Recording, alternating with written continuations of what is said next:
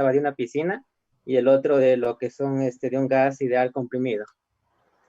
No sé Ya. si desea que le muestren lo que es en pizarra la resolución, ingeniero. No tengo igual. Sí, o sea, la última clase la estamos hablando del día viernes, ¿no? Viernes, exactamente. Sí, correcto, ya.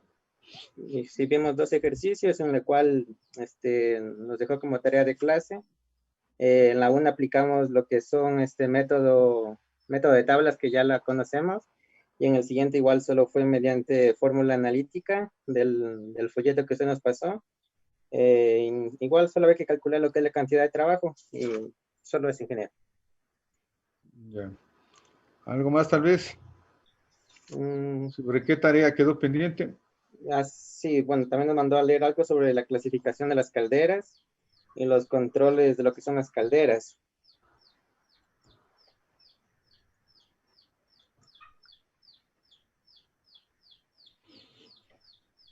Ya, Sí, eso, ingeniero. ya, correcto. Espera un ratito para ver.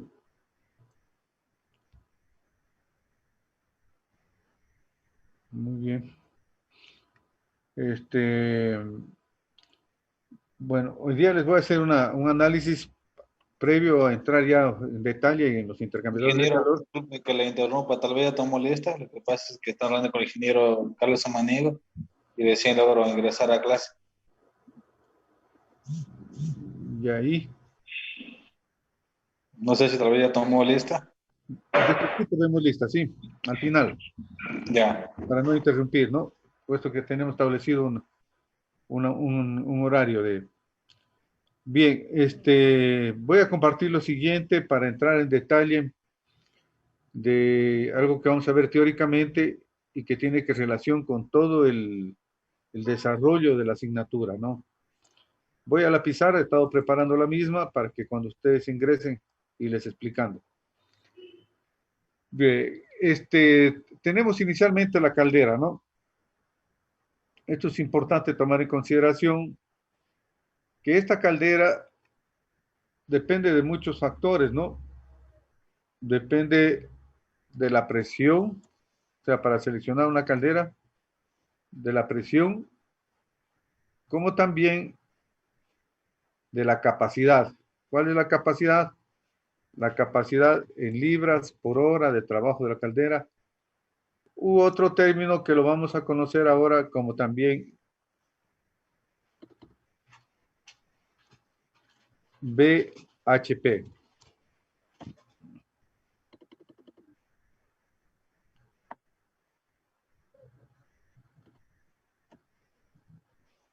BHP.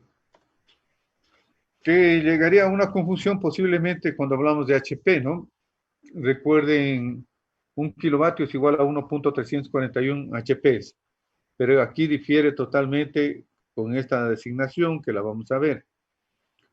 Entonces, esto generalmente el BHP tiene su relación con las libras por hora o kilogramos por hora que produce una caldera.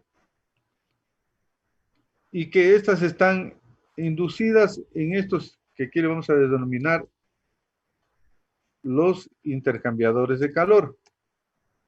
Es el intercambiador de calor dependiendo de su capacidad de consumo en libras por hora o kilogramos por hora de vapor, el que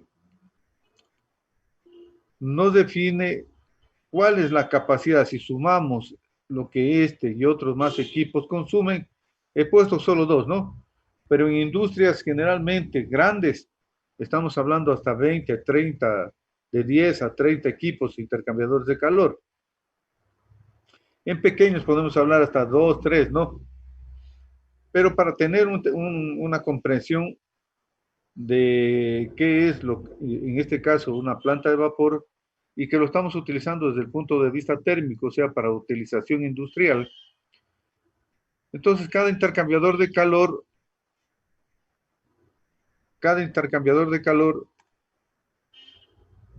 podemos ponerle dos, cada intercambiador de calor tiene su consumo. Entonces, generalmente el vapor, llega el agua aquí, que es el circuito con el que vamos a trabajar, llega el agua y el vapor, ¿sí? Es el vapor el que va conduciéndose sin ningún tipo de bomba. ¿Hacia dónde? Cuando las son de mediana capacidad, llega a través de una válvula de compuerta que debe estar abierta y llegas al colector. Este colector se inunda de vapor, ¿sí? Hay una parte que se licúa aquí por el hecho mismo de que por más que esté aislado, entonces esto hay que evacuarlo hacia una trampa de vapor que va hacia la alcantarilla. Y de aquí se distribuye. En este primer caso he tomado en cuenta que si esta caldera también, otros aspectos que inciden es, ya lo he puesto, la presión de trabajo. La presión está directamente relacionada también con la capacidad para seleccionar. Permítame un ratito, creo que.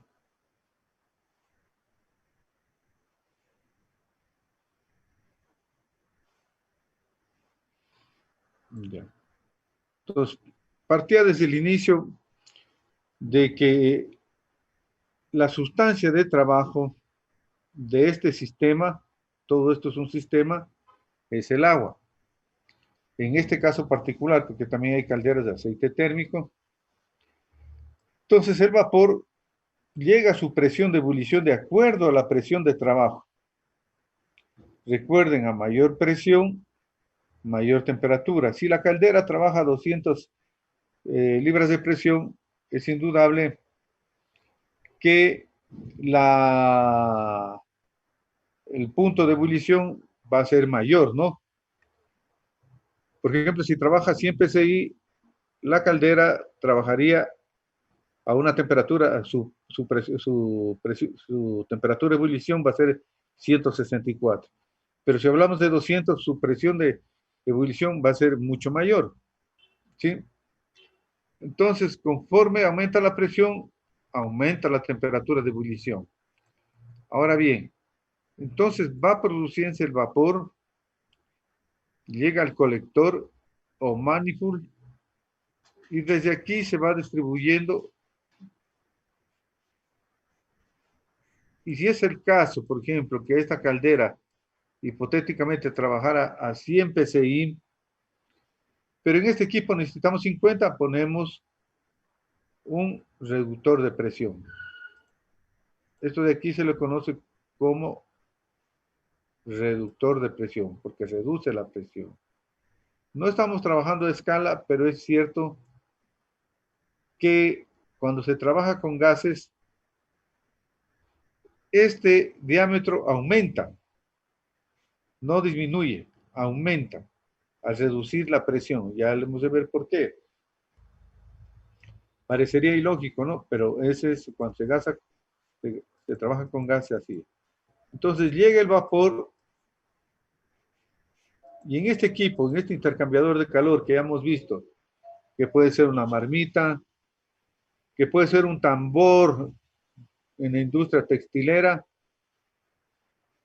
con un fluido que entra por un lado y sale por otro, y que fluye en sentido contrario, ¿no? O en sentido paralelo, todo depende de los intercambiadores de calor. Lo que hace es hacer su aporte calorífico, desde el vapor hacia el producto que se encuentra calentando, al producto que está a menor temperatura. ¿Sí? Y por lo tanto se va licuando y lo que va saliendo es líquido. Pero también puede haber vapor. Entonces, ¿qué es lo que hace la trampa de vapor? La trampa impide el paso del vapor para que haga su aporte calorífico y deja pasar solo líquido. Se llena aquí de líquido. Todo esto se llena de líquido.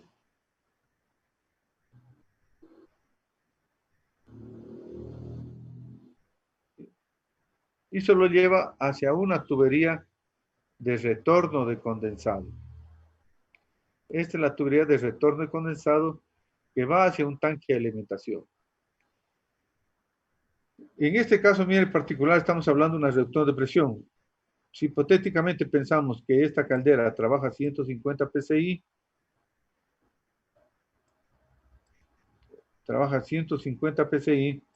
y que aquí necesitamos 50 psi, estamos reduciendo la presión de 150 a 50. ¿Sí? Ahora bien, si en el caso que nos atañe acá, como el que estamos viendo aquí, si la presión es de 150 y necesitamos aquí 150, no necesitamos reductor de presión. Por lo tanto, viene el vapor,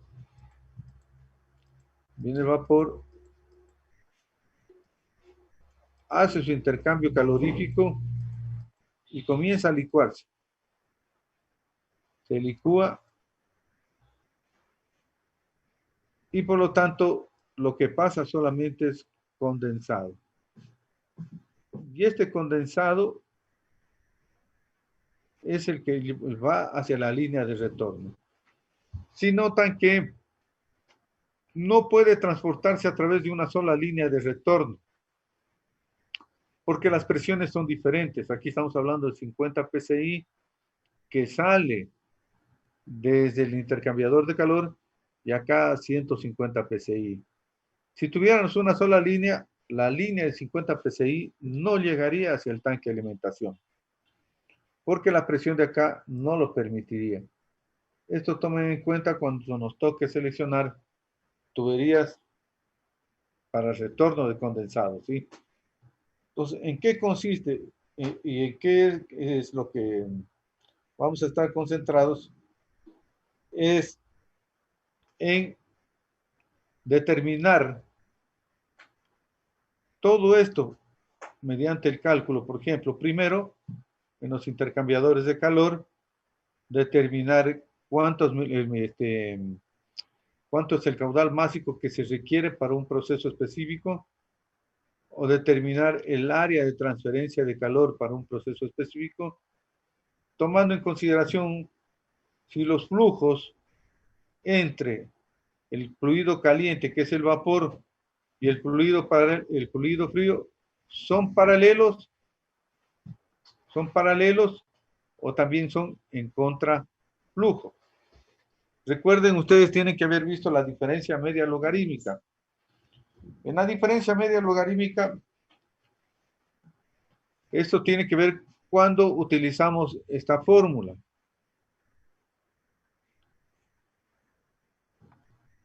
Podemos decir que el calor, ¿no?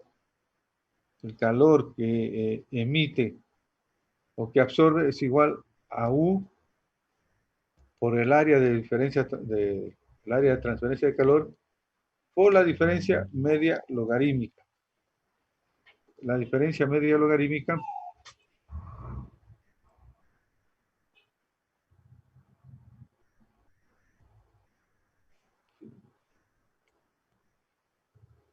entonces el calor, por ejemplo, ¿cómo lo podemos determinar? La cantidad de calor a través de diferentes procesos. Aquí estamos utilizando que vapor entra a una cierta presión y sale como condensado a una cierta temperatura.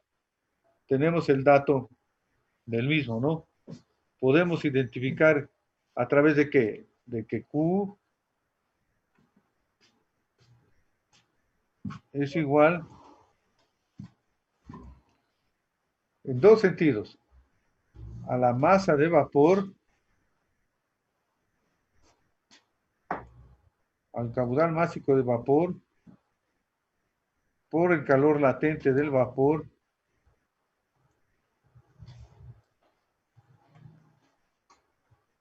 pero el momento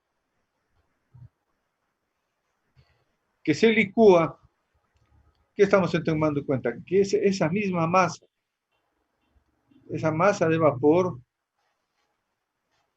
¿sí?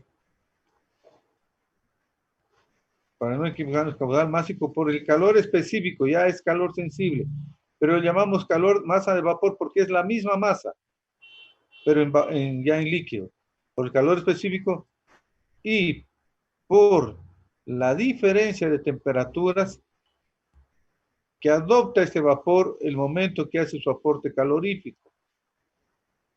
La diferencia de temperaturas entre, si aquí entra vapor a 100 psi, ¿cuál es su temperatura?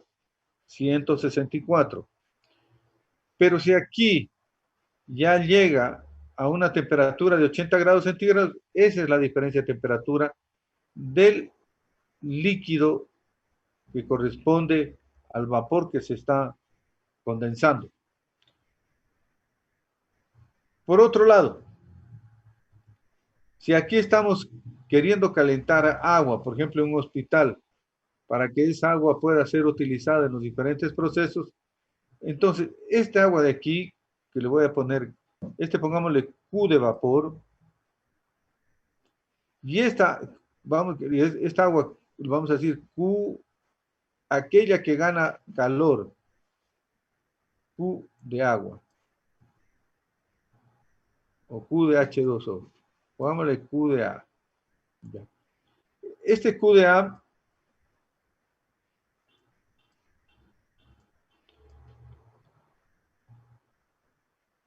utiliza solamente calor sensible. Y esto va a ser igual que a la masa de agua, al caudal másico de agua.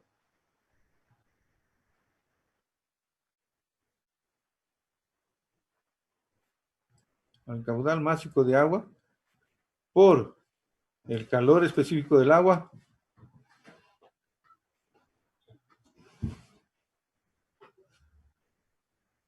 y por la diferencia de temperatura del agua.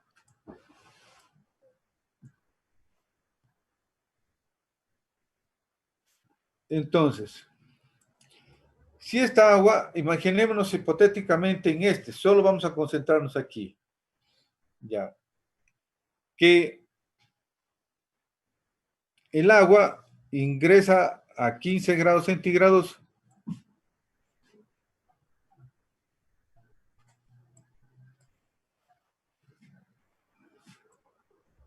y que esta agua llega a 60 grados centígrados, se llega a calentar a 60 grados centígrados. Es lo que logramos. A 60 grados centígrados. ¿Sí? Ya. Entonces aquí ya sabemos, claro, no tenemos el caudal másico de agua.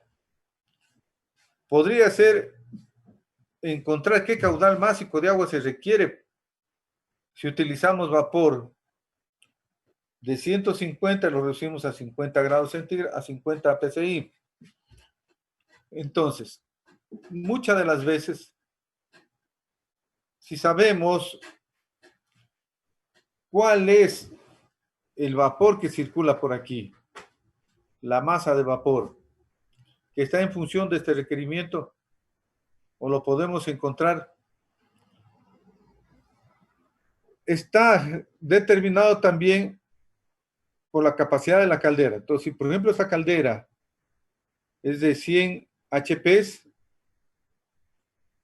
¿qué significa 100 HPs? Que esta, de acuerdo a la definición que vamos a encontrar, que esta puede producir 3.450 libras por hora. Y si aquí se requiere 2.000 libras por hora, esta es la masa de vapor.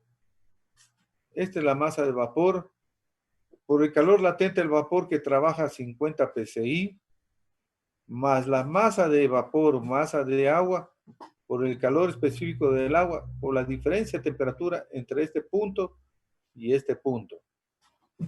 Entonces, esas son, aquí tenemos 3 ecuaciones que nos permiten trabajar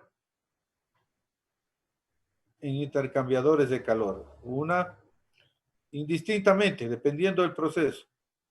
2 y 3. ¿sí?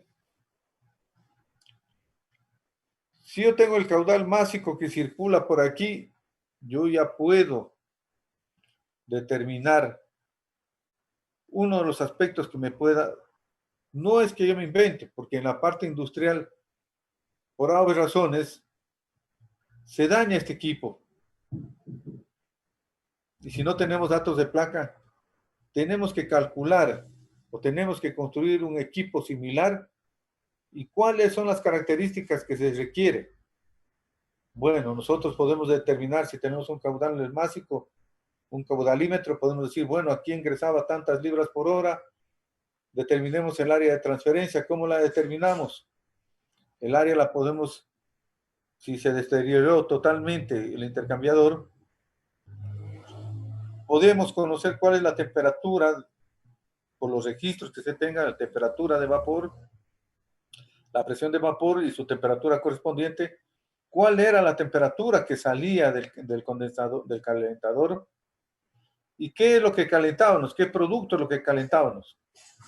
Entonces podemos inmediatamente mandar a construir, o si es una empresa grande, donde se puede construir inmediatamente el calentador.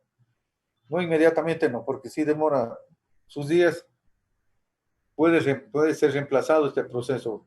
Hay procesos que no pueden parar por la demanda mismo que se requiere, dependiendo de la industria, ¿no? Entonces, industrias alimenticias requieren procesamiento y envío inmediato de que los equipos estén a fin.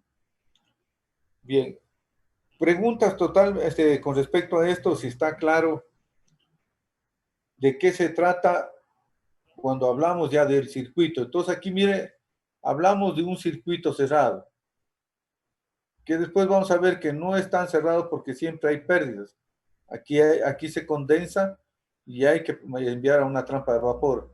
Por aquí, si la tubería es grande, si tubería es de 30, 50 metros, se condensa y hay que enviar esa trampa, ese condensado hacia la alcantarilla, ¿no? O si lo podemos recuperar para que llegue aquí nuevamente hacia el tanque de alimentación, es otra cosa. Preguntas tal vez hasta aquí, ¿qué está claro, qué no está claro?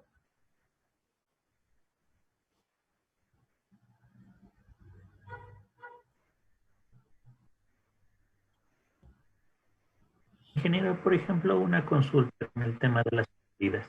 ¿Cuánto uno puede considerar óptimo? O sea, ¿cuántas pérdidas uno puede considerar que la máquina no tiene problemas o está bien construida? A ver, no lo escucho bien, parece que tiene interferencia su... Sí, perdón, es que está un poco lento mi internet. A ver.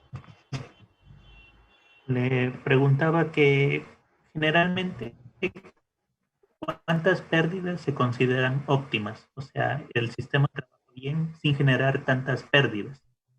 Un porcentaje, hay un valor, una medida. Claro, verá. Por ejemplo, si partimos de una caldera, lo fundamental es que una caldera esté sobre que la presión, la eficiencia sea alta, ¿no? Sí, podemos aceptar una eficiencia desde 80 hacia arriba, ¿no? Pero si una caldera está trabajando con un 70%, 60% de eficiencia, ya no es lógico, ¿no? Y habría que revisar qué es lo que está pasando. Si hablamos de tuberías, las tuberías indudablemente tienen sus pérdidas. Es aceptable ciertas pérdidas, ¿no? Ciertas caídas de presión entre un tramo y otro. Por lo tanto, eso incide en que los aislamientos que rodean, porque la tubería como tal es así, ¿no? Pero generalmente a las tuberías, a todo tipo de tubería, hay que aislarla, ¿no? Esto significa que la tubería debe estar aislada. Y esto se lo hace con, las tuberías son aisladas generalmente con lana de vidrio, ¿no? Así imaginemos que por un lado y otro está aislada la tubería. No es así como se la observa así normalmente. O sea, si tenemos una tubería así, tenemos una tubería acá así, tenemos a su alrededor el cañuelo que se le llama. Y este cañuelo es lana de vidrio. Es con la finalidad de evitar las pérdidas, ¿no? Entonces, cuando veamos ahora los potenciales de energía, vamos a ver los porcentajes mínimos que se pueden aceptar de pérdidas. Igual en una bomba. ¿Cuál es la pérdida máxima que se puede permitir? Está en función de la eficiencia de la bomba. Por ejemplo, si nosotros cogemos esta bomba, podemos evaluarla constantemente la eficiencia. La eficiencia del catálogo nos puede decir que es de 46% y nosotros podemos estar evaluando cada cierto tiempo. ¿Cómo? Indudablemente en las empresas se tiene aquí un manómetro de entrada, un manómetro de salida, un caudalímetro, con lo cual la eficiencia de una bomba está medida en qué función. En función del caudal, la presión de salida. ¿Cómo está esa presión de salida? Está en función del peso específico del agua. El caudal, no confundirnos con este calor, ¿no? De calor. El caudal que puede estar en metros cúbicos por hora, litros por minuto, galones por hora. El caudal que emite esa bomba, ρQ, y la presión de trabajo. Si esta presión, por ejemplo, debe ser, si la caldera trabaja 100 psi, es lógico que esta nos debe por lo menos 125, ¿no? Hay un rango en el cual un factor de seguridad que nos da que esta bomba debe tener mayor presión que la caldera para que pueda ingresar. Luego, medimos el voltaje por la intensidad de corriente. ¿Y esto lo podemos hacer con qué? Con un multímetro, ¿no? De gancho. Voltaje por I por raíz de 3 y el coseno de phi. Ese multímetro nos puede dar el valor del coseno de phi. Entonces nosotros con esto determinamos la eficiencia. Entonces, si hacemos el análisis y vemos que la eficiencia no está dentro del rango, ¿qué es lo que pasa? ¿Qué tenemos que revisar? Posiblemente tengamos que revisar el matrimonio, ¿no? Que es la unión entre el motor y la bomba. Posiblemente tengamos que revisar rodamientos. Posiblemente tengamos que revisar las conexiones, el matrimonio, ¿no? ¿En qué estado está? A lo mejor ya hay desgaste. Matrimonio es la unión entre la bomba y el motor. Entonces, todo esto tenemos que hacer un análisis de qué es lo que está pasando. Y todo esto, mire, es desde el aspecto de lo que nosotros teóricamente tenemos que conocer para poder evaluar. Lo otro es tener las herramientas, gente experimentada que nos puede ayudar a desmontar y valorar en forma rápida desde el punto de vista de conocimiento ingenieril cuál es la eficiencia. Entonces, todo esto no es que en un conjunto podamos decir, no, las pérdidas que se pueden permitir son tantas, no. Es dependiendo de muchos aspectos.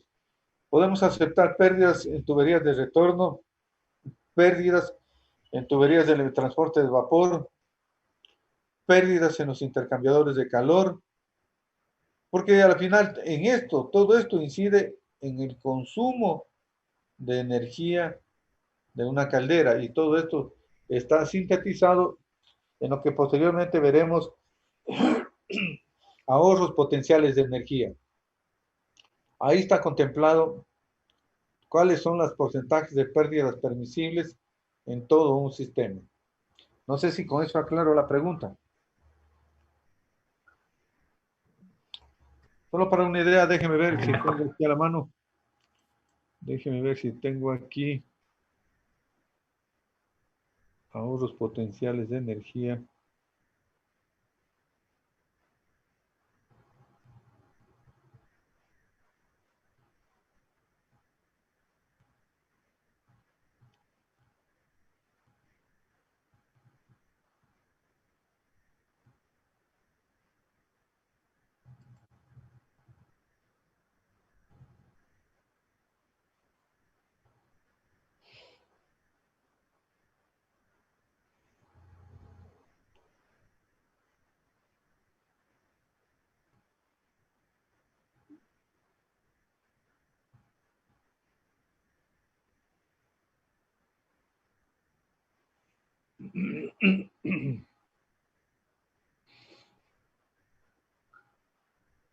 Ya. ¿Sí lo alcanza a ver?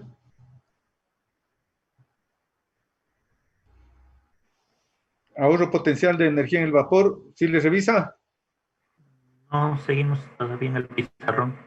Ya, espera un ratito entonces. Dejemos esto.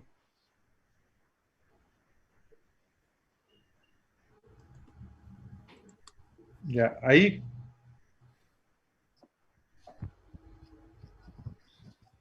¿Sí divisa?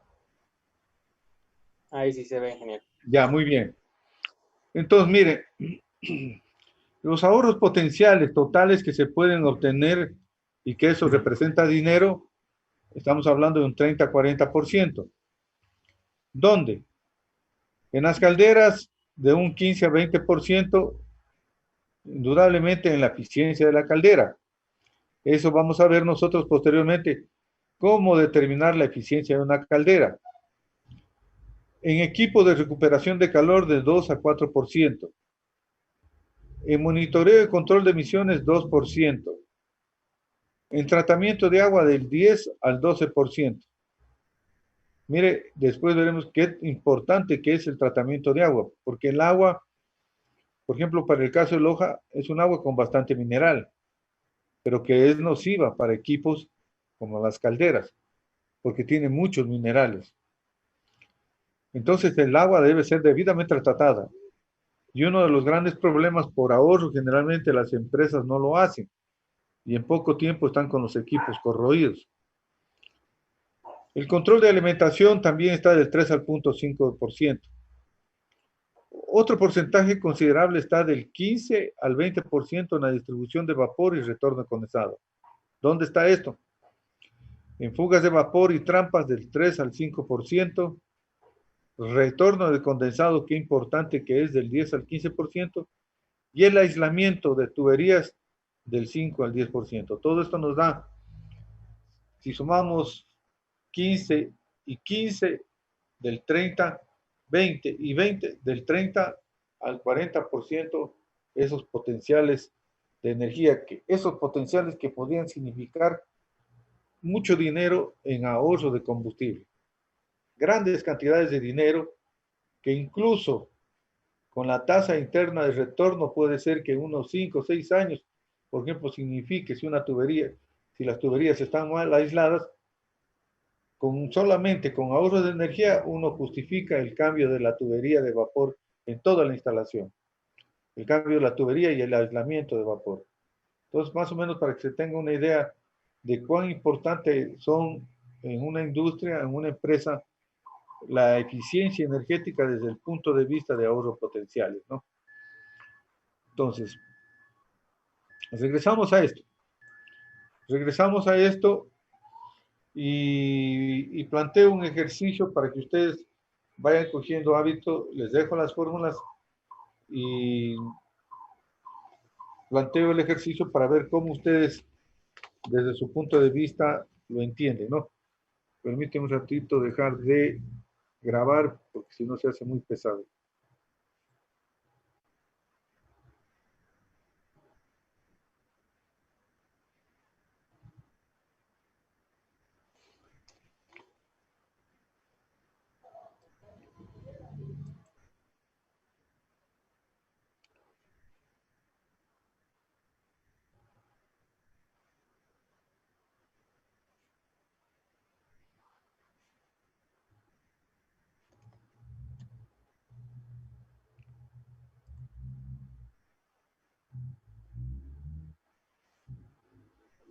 Se olvida uno de estar con esto.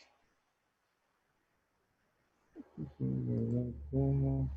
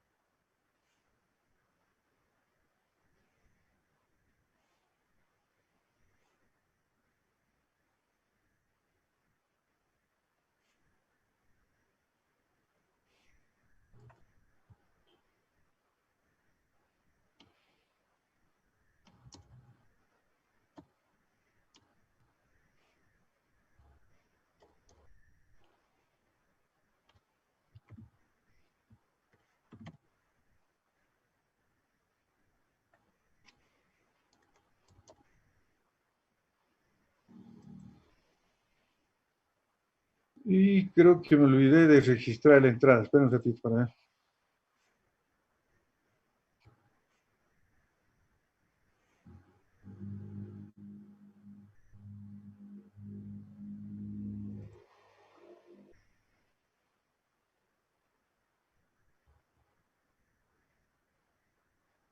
Claro, que este.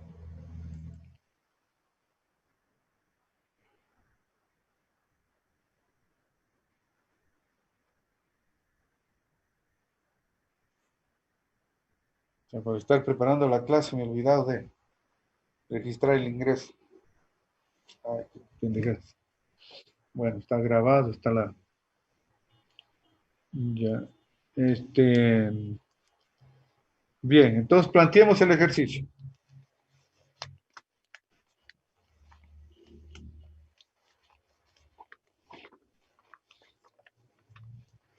Antes que nada, vamos a esta parte.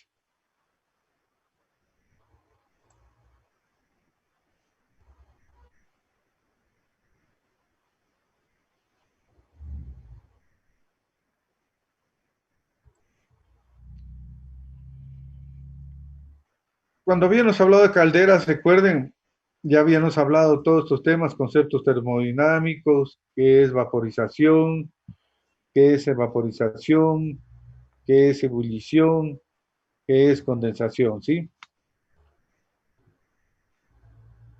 Hablamos de otro término, de qué es calor, calor sensible, calor latente, que los estamos aplicando, ¿sí? Yo les mostré las ecuaciones de cómo varía entre el calor sensible y calor latente. Pero hay otro término también que entramos a ver, la superficie calefacción. En la caldera hay lado del agua y lado de fuego. Por eso cuando hablamos de superficie calefacción interna, contacto con los gases, y la superficie calefacción externa, contacto con el agua. Claro, es obvio. Si por el interior circula gas, es superficie interna.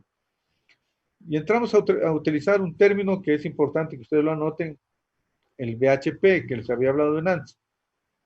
¿Qué significa? Hablando desde potencia calorífica, producción de 15.65 kilogramos por hora de vapor a 100 grados centígrados utilizando agua de alimentación a la misma temperatura. O sea que si nosotros introdujéramos a 100 grados centígrados en agua de alimentación, hiciéramos la producción de vapor a 100 grados centígrados, produciríamos 15.65 kilogramos por hora de vapor. O sea, quiere decir que un VHP significa 15.65 kilogramos por hora de vapor. Pero como eso es másico, ¿no? Caudal másico, ese caudal másico explaya vapor. genera calor, perdón. Por lo tanto, un BHP significa también que produciría 33.472 BTU por hora, o aproximadamente 8.545 kilogramos por hora de vapor. ¿Y eso cómo se entiende desde el punto de vista eléctrico? Que un BHP, para producir un BHP, eléctricamente nosotros necesitamos 9.803 kilovatios. Si hablamos de un calderín eléctrico en un arreglo estrella delta, podría, con un arreglo de 9.803 kilovatios, generar un BHP, o lo que es lo mismo, producir 15.65. ¿Dónde se utiliza bastante esto? Estos calderines se los utiliza en las clínicas, ¿no? En los hospitales para el esterilizado. Entonces no utilizan calderas grandes, pero sí utilizan calderines cuando las clínicas son pequeñas. Y entonces, en ese sentido, esa es la relación que debemos mantener. Un BHP nos genera calor de 33.472 BTU por hora y un arreglo de 9.803 kilovatios nos genera un BHP, o lo que es lo mismo, 15.65 kilogramos por hora de vapor a 100 grados centígrados, utilizando agua de alimentación a la misma temperatura. Entendido esto, preguntas tal vez. O sea, ¿qué quiero decir con esto?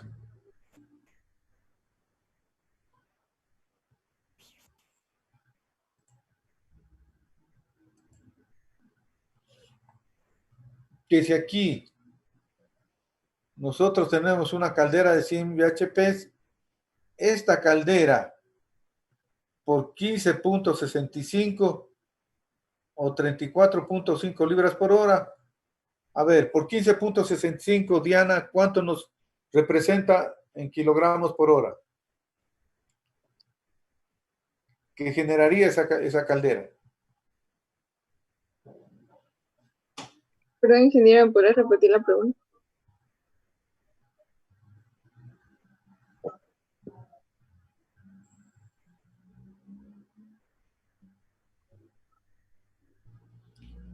¿Perdón? No le escuché, ingeniero. ¿Podrías repetir la pregunta? Sí, de acuerdo al concepto que tenemos, si una caldera es de 100 BHPs, ¿cuántos kilogramos por hora nos generaría?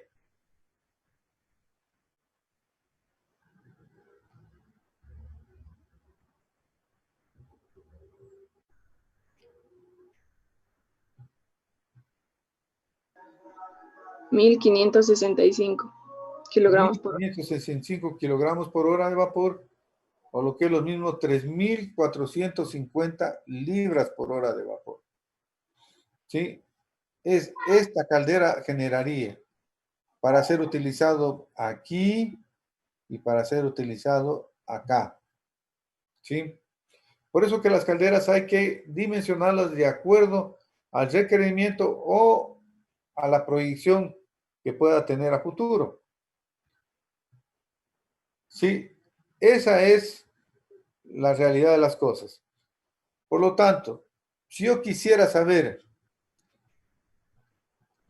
si solamente es un equipo el que me utiliza lo que produce la caldera y lo necesito a la misma presión, y si esta trabaja a 100 BHP y no existe esto de acá, significa que este equipo me utiliza 3.450 libras por hora o 1.565 libras por hora de vapor. Ese es ya mi caudal máximo, ¿sí? Por el calor latente, yo ya tengo cuánto es mi cantidad de calor. Hagámoslo. Si la caldera trabaja a 100 HPs, a ver, hagan ese ejercicio. Si la caldera trabaja a 100 HPs, BHPs, ¿no?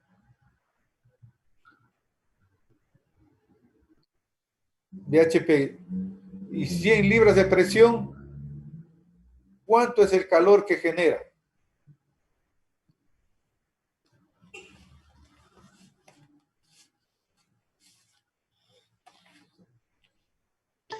Ingeniero, una duda, disculpe.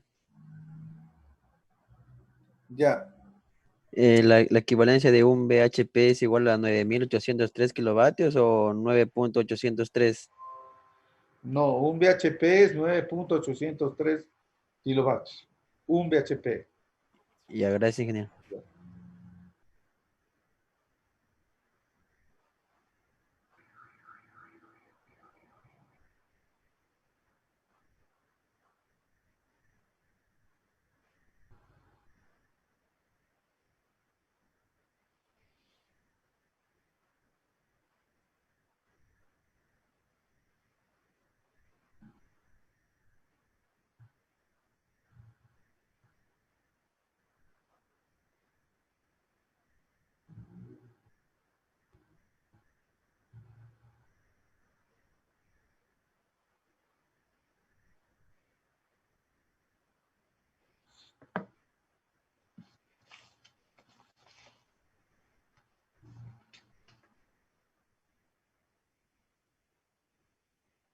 Perdón,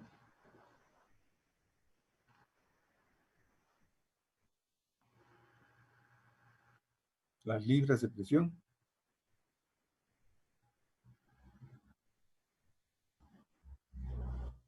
En PSI, ¿no? Libras sobre pulgada cuadrada.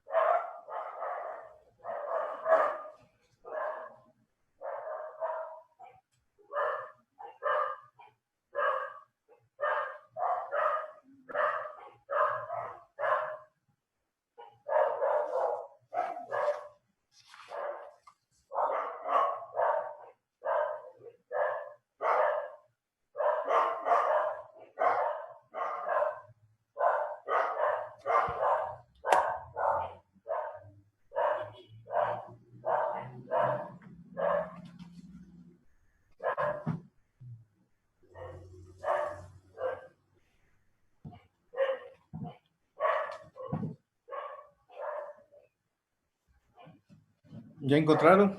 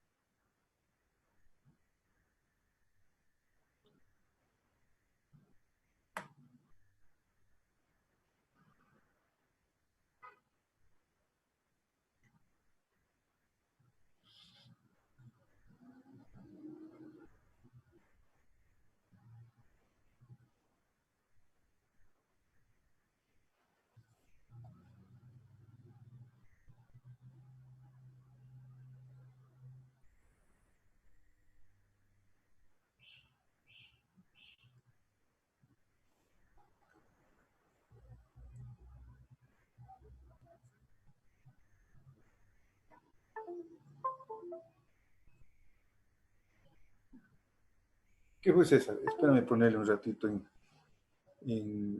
sí, pero espérame ponerle un ratito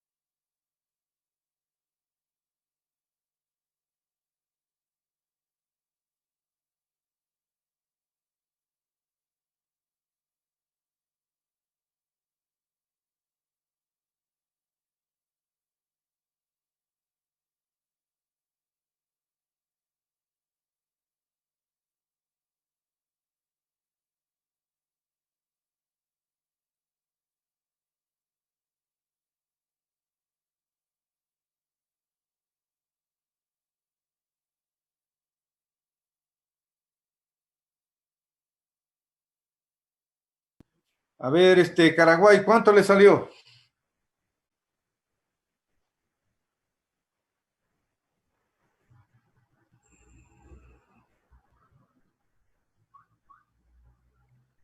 Todavía no me sale, ingeniero, bien. ¿Cómo? No me sale todavía, ingeniero, bien. ¿Por qué? Alguien que tenga ya el valor. Y esto está incluso en las tablas de cada caldera. ¿Quién tiene ya? Lo que se pidió es determinar cuál es la capacidad calorífica de esa caldera. ¿Cuánto genera de vapor? Ya sabemos, pero ¿cuánto genera de calor? En función del concepto que tenemos, un BHP 15.65 kilogramos por hora de vapor, ¿sí?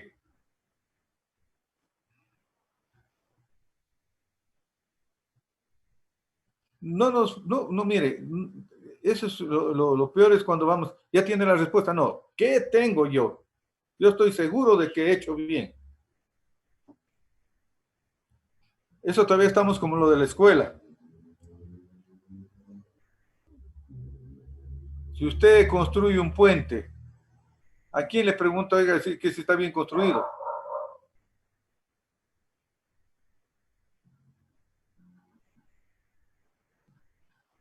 ¿Cuál es el mecanismo que utilizamos? En función de lo que les he dado.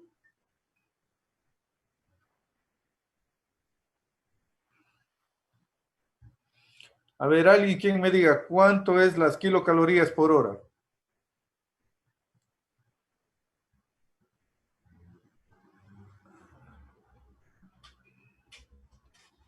Vamos haciendo demos un espacio aquí. A ver, veamos. Aquí hagámoslo, mire. Aquí nos vamos a dar un espacio. Estamos hablando de una caldera de 100 BHP, ¿no es cierto? ¿Sí? Entonces, al ser una caldera de 100 BHP, un BHP, ¿cuántos kilogramos por hora es? 1565. Esto es kilogramos por hora de vapor.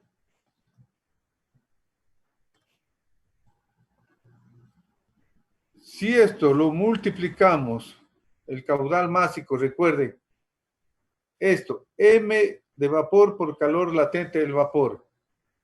¿Cuál es el calor latente del vapor? 494,2 494,2 kilocalorías sobre kilogramo. Kilocaloría por kilogramo. ¿Cuánto nos da eso? Eliminamos kilogramo con kilogramo y tenemos kilocaloría por hora, que también puede ser vatio.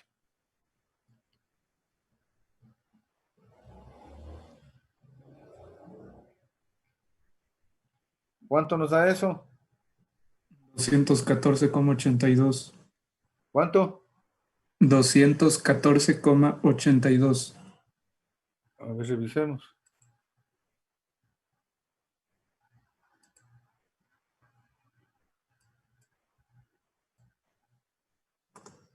O sea, ingeniero, pero yo tengo en otras unidades. No, estamos trabajando en estas unidades. Estos son los datos que me dan. 773.420. 773.000. 773.000.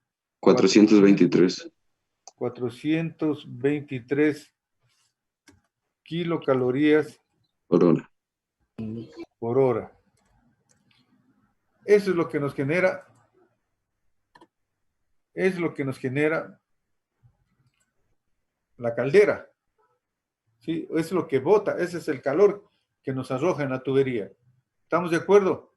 que si llega al intercambiador, ese es el aprovechamiento calorífico que tenemos que utilizar. Supongamos esto requerimos en una industria textilera, donde en estos tambores para la tintorería, eso es lo que la caldera nos proporciona. Kilocalorías por hora. ¿Estamos de acuerdo? ¿Cuáles las unidades que utilizó?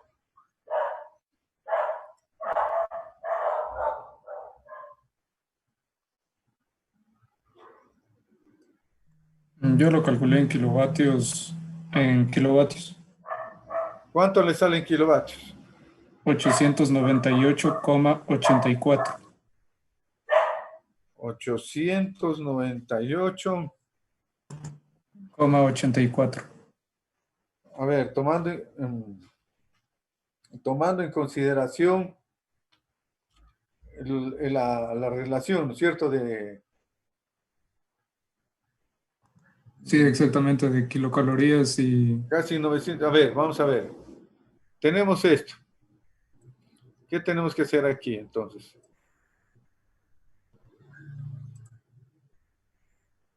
Entonces tenemos aquí 773.473 kilocalorías por hora. Bien. Entonces, esto podemos llevarlo justamente a... Podemos decir que un kilovatio, o mejor dicho, un VHP son 909.803 kilovatios, ¿no? ¿Así lo hizo? No, lo hice que una kilocaloría es igual a 4,184 kilojoules. Ya. Y también pasé las horas a segundos y ya me dio eso de... Es el valor de 898,84 kilovatios. 898,4, porque debería darle aproximadamente 100 HP, es 981 kilovatios. ¿Sí? Un HP, 9.803. 100 HP, 983 aproximadamente kilovatios. ¿Sí? Por ahí debería salir. O si no, 773.423 kilocalorías por hora, o lo correspondiente en BTU. ¿Todavía no está claro este asunto? Bien. Para ir aclarando y continuando este el día de mañana, vamos a hacer lo siguiente, verán. Vamos a borrar todo esto. Manejémonos este concepto. Lo vamos a ver el concepto de HP. El concepto de BHP. Desde dos aspectos. Y con esto concluimos. Desde el punto másico. Ya.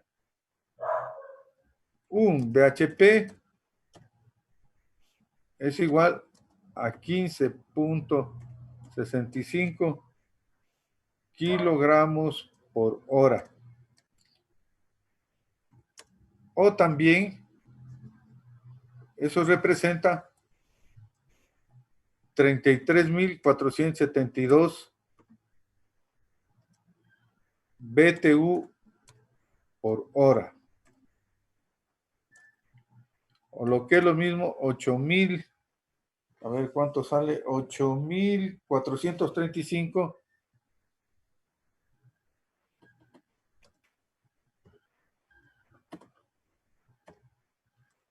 8.435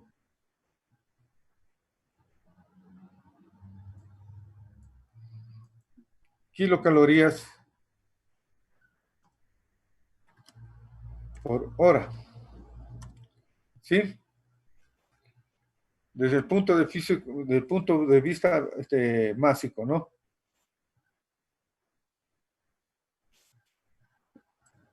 Lo vamos a ver de esta manera, lo que representa un BHP. Ya. Desde el punto de vista energético,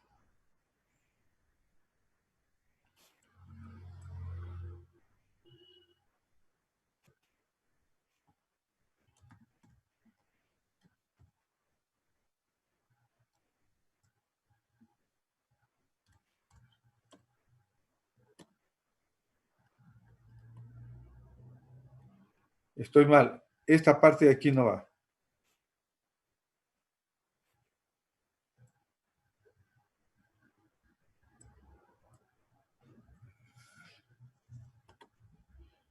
O también es 3.000, a ver, 15.65 kilogramos por hora o 3.000, a ver, 34.5 libras por hora. Por hora. Eso es desde el punto de vista másico. ¿Qué pasó? Se me montó.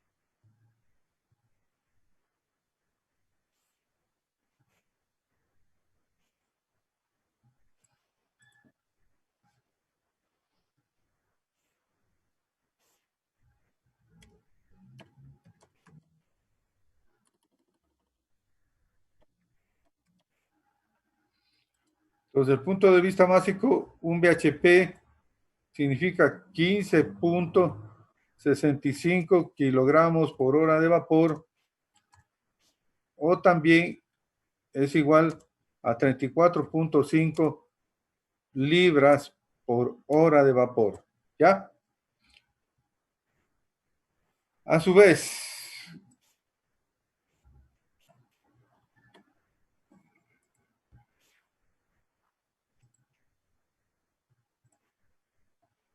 cuando hablamos de energía,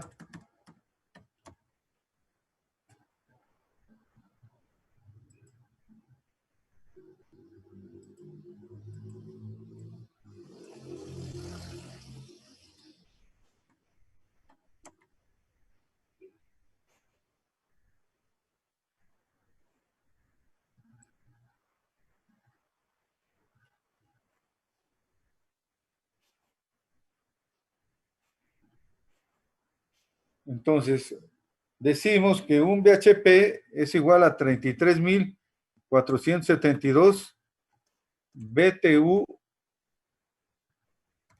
por hora, que también se los reconoce como BTU hora. ¿Sí? Caramba, BTU hora.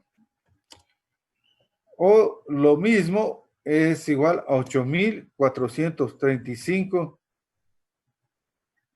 kilocalorías por hora. ¿Ya? Entonces, entendamos. Entonces, un BHP significa eso. En flujo másico, que circulan 15.65 kilogramos por hora cuando hablamos de un BHP. Pero a su vez también genera calor un BHP 33.472 BTU por hora. ¿Sí? Y esto también lo podemos conceptuar si hacemos un arreglo de 9.803 kilovatios en delta o estrella, podemos generar también con 9.803 un arreglo, un calderín, podemos generar 15.65 cuando hablamos de un BHP. Cuando hablamos de un BHP. ¿Sí?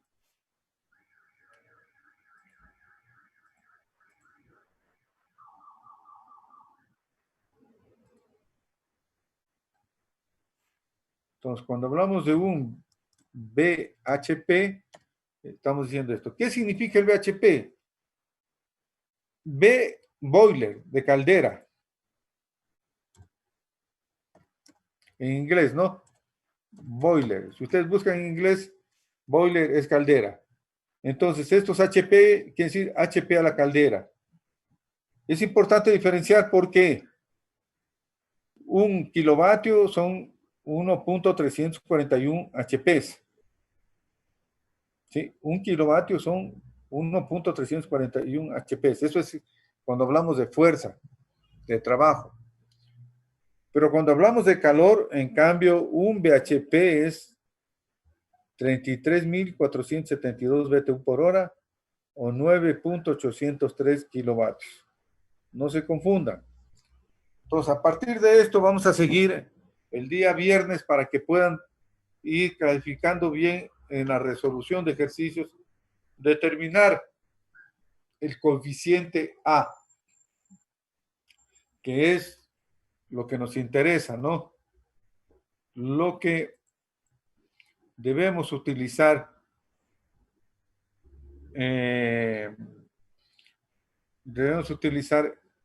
para poder determinar los intercambiadores de calor, determinar y seleccionar la caldera, calcular tuberías, calcular tanque de condensado, calcular bombas, calcular tuberías de retorno y condensado. Y a partir de esto hablar de los ahorros potenciales de energía, que fue un tema que lo topamos el día de hoy. ¿Sí? Esto es importante para poder tener claro, cuando hablemos de esto, de cómo está conceptuado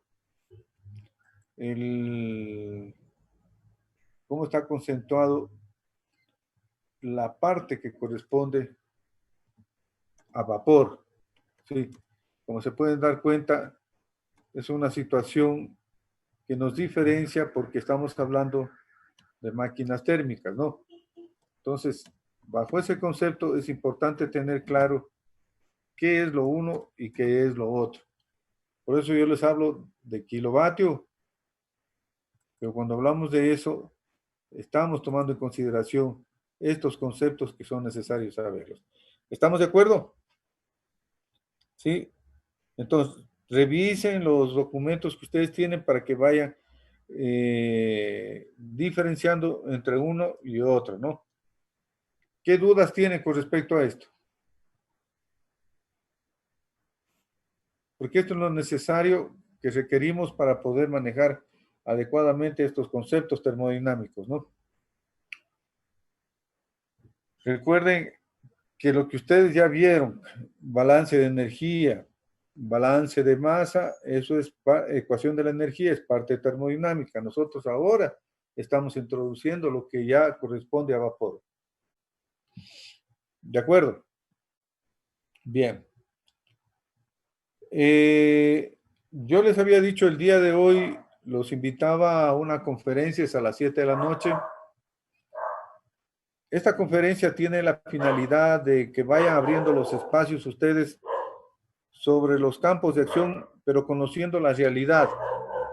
Por ejemplo, el día de hoy es sobre el sector lechero, para que ustedes conozcan qué es lo que pasa con el sector lechero, como lo que es igual qué pasa con el sector maicero. ¿Por qué el sector maicero no produce, no genera sus propias empresas de producción de maíz? Porque por medio hay las grandes empresas que están ubicadas en Guayaquil y que no permiten, los coartan, ellos mismos fijan los precios. Eso mismo vamos a escuchar del sector lechero y eso es importante, de tal manera que uno diga, a ver, ¿es conveniente o no es conveniente? ¿Qué debe cambiar con la finalidad de, si en mi sector hay leche, de yo ser un emprendedor, si yo puedo construir la maquinaria, yo puedo hacer Miren, yo tuve la oportunidad de conocer una pequeña empresa en la cual es un ingeniero electromecánico que partió de aquí de Loja, él es de por allá del Lago Agrio, y montó su empresa de quesos. Tuvo la asesoría suiza y hoy produce y vende Quito, es para Quito, toda su producción de quesos. Entonces produce el queso parmesano, el queso holandés, el queso mozzarella. Es un sector que está en Baeza. Es un sector, cuando uno va de Quito, va por Pifo, Papacliacta, y desciende a esa parte donde todavía el clima no es eminentemente cálido, como ya lo es en Lago Agrio. Entonces él montó su calderita. Lamentablemente no pude, me falló la cuestión de la filmación, pero quedó en enviarme. Él tiene su propio calderito, lo construido él mismo, con acero inoxidable, con mecánicos del lugar, construyó su maquinaria. Mire, y es un emprendedor, está produciendo queso. Entonces él todo saca para Quito, toda su producción. Poquísimo es lo que saca para Tena, para Lago Agrio. Su mayor mercado está allá. Entonces, me llamó la atención esta conferencia y yo dije, es importante que vayan teniendo idea la gente de dónde puede emprender, cómo puede emprender, qué es lo que está de por medio, cuál es la política que impide aquello. Y no voy a pensar que solamente la empresa eléctrica es la única puerta que puede abrir, que puede existir para poder generar trabajo para el ingeniero electromecánico. No nos da tiempo como para leer el perfil profesional, pero lo haremos el día viernes después de esta conferencia, de lo que ustedes emitan sus criterios. Yo creo que a las 7 tienen clase, ¿sí? ¿O no tienen clase?